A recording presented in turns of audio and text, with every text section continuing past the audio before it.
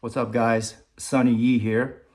First of all, I want to thank Vaughn for making Project 95 possible. It's been a lot of fun reliving some of the moments from 30 years ago through his videos. And I wanted to share my story on becoming a Fish fan. And it dates back to 1992, my freshman year at University of Buffalo. So at the time, I lived with three of my really close friends from high school in Long Island. Bob is one of them. We have Philippe and Bird. And we listened to a lot of rap at the time. We listened to The Tribe Called Quest, EPMD, Gangstar, Black Sheep, Public Enemy, that sort of stuff. We also sprinkled in some grunge, mostly Pearl Jam, and we also put a little splash of the Police because of Sting, and he's Bob's bestie. And directly across the hall from us, we had two wholesome local Buffalonians. We had Romans and Baudo. And coming out of their room, I heard a lot of the Dead, the Beatles, the Doors, and next to them, around the corner, were another two wholesome Buffalonians, Kevin Kazara and Scott Schneider. And out of their room, I heard a lot of Zeppelin and Eric Clapton. So between the three rooms, there was a whole lot of jamming going on,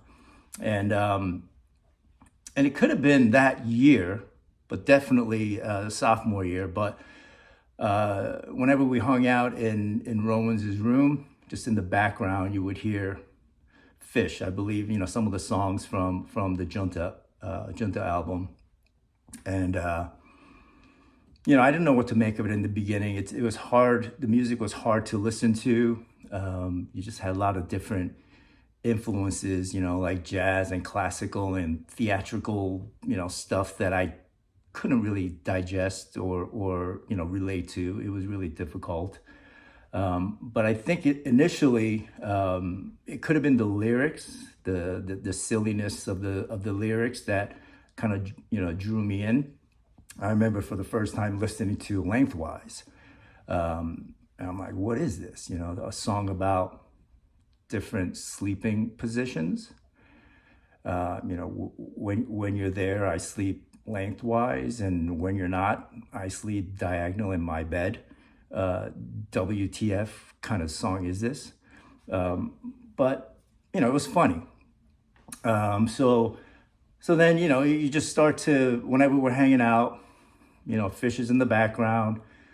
You're listening to these songs, and then you like slowly get to kind of recognize the sounds a little bit more. You start to understand what's kind of happening with the different compositions. And I remember listening to Fluffhead and Foam and all that kind of stuff. And fast forward to April 10th, 1994, Fish comes to UB. And I'm pretty sure Romans is like, oh, we got to go. We got to go check these guys out.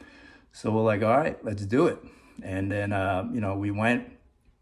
And, I haven't listened to that show in a while. And recently I revisited, and it's a killer show. And I remember it took a lot out of me, I think, mentally and physically, because I didn't know what to expect at a Fish show, and it's pretty demanding.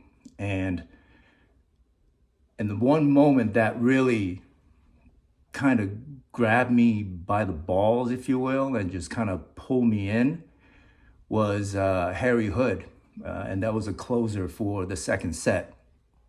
And right after Thank You, Mr. Minor part, just kind of gets real quiet. At the time, it was nice and quiet, so I was able to kind of, regain my composure, if you will. I had a little moment of breather, just kind of chilling out, kind of grooving along, and then it starts to build up. And, something kind of got me at that moment. I'm not sure what it was, but, the jam starts to build up, and at the end, the lights are shining into the crowd, and you hear, you could feel good about hood. And it's just like, the lights are shining in my face, and I look over, and I'm just surrounded by my best friends, and they got a grin from ear to ear, just grooving, having a great time. And at that moment, not only did I feel good about hood, I felt good about myself. I felt good about my friends. I just felt so good at that moment. And it was a similar feeling that I had from, when Daniel LaRusso wins the All Valley karate tournament from the Karate Kid, his holding up the trophy, and then turns to Mr. Miyagi and says, we did it, Mr. Miyagi. It's a triumphant moment. I just wanted to throw your fist in there and go, yeah, you could feel good about hood, and that was it. I think that just kind of sucked me in, and at that moment, that's what changed me.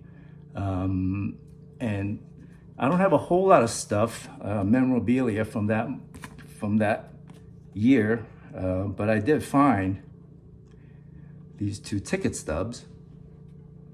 Let's see this one. This one is from CSU Convocation Center, I believe Cleveland, Ohio, December 8th, 1995. I don't know if you can make that out. And this one is from Niagara Falls Convention Center, December 7th, 1995. Wow, back-to-back shows. This one's kind of faded.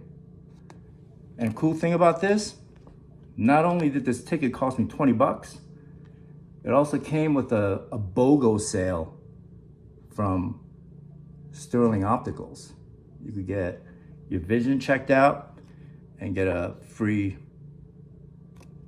eyeglasses, I guess, when you buy one. That's an awesome deal. So yeah, and that's how it happened. That's my story. I'm sticking to it, and hopefully I'll catch you guys at the next show. Peace.